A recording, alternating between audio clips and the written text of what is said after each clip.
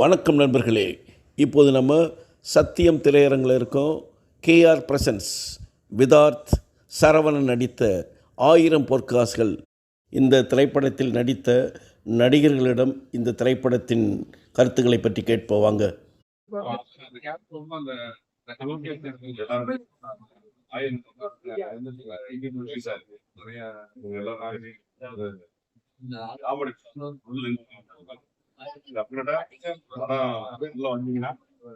காடையெல்லாம் மறந்து எல்லாத்தையும் மறந்து போன் எல்லாம் மறந்து ஜாலியா என்ஜாய் பண்ணுவீங்க, சிரிப்பீங்க.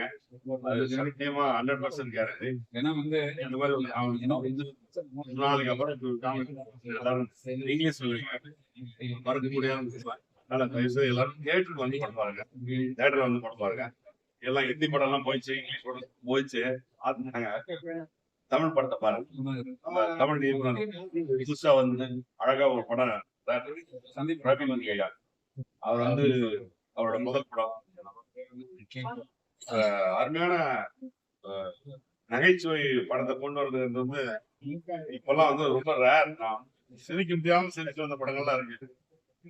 காமெடி படம் சொல்லி உள்ள ஒருத்தர் வந்து உட்காந்து சிரிக்க முடியாம மொக்க போட்டே இருப்பாங்க. அந்த மாதிரி படம் எல்லாம் இல்ல, ரியல் காமெடியான இந்த படத்தை வந்து மதிப்புரிய கேஆர் சார் வந்து ரிலீஸ் பண்ணிட்டாரு. பல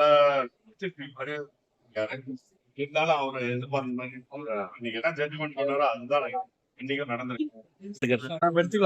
சார், உங்க நடிப்பு மிக சிறப்பா இருந்துச்சு. ரொம்ப நன்றி. எப்படி அந்த கதாபாத்திரத்தை எப்படி ஏத்து நடிச்சீங்க? நான் எப்பவுமே ஒரு கதாபாத்திரத்தை வந்து உள் வாங்கி தான் நினைப்பேன். சரி. ஆக்சுவலா வந்துட்டு என்னன்னா, நான் ஷூட்டிங் முடிஞ்சு வெளியே வர வரையும் அந்த ஊர் மக்கள் எல்லாமே நான் பைத்தியக்காரன் தான் நினைச்சிருந்தாங்களே.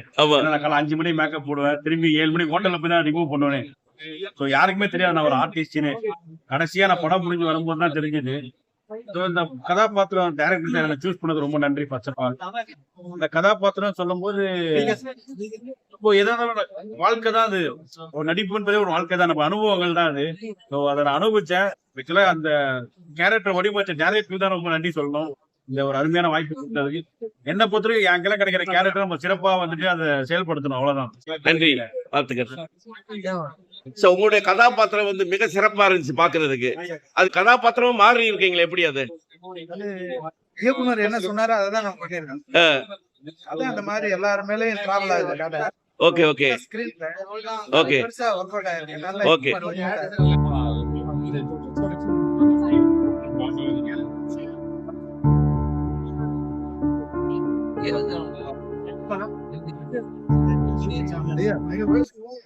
இயக்குனர் ரவி முருகையா அவர்களை கேட்டபொழுது என்னுடைய டீமின் மொத்த உழைப்பு தான் இந்த மாபெரும் வெற்றி என்று கூறினார்.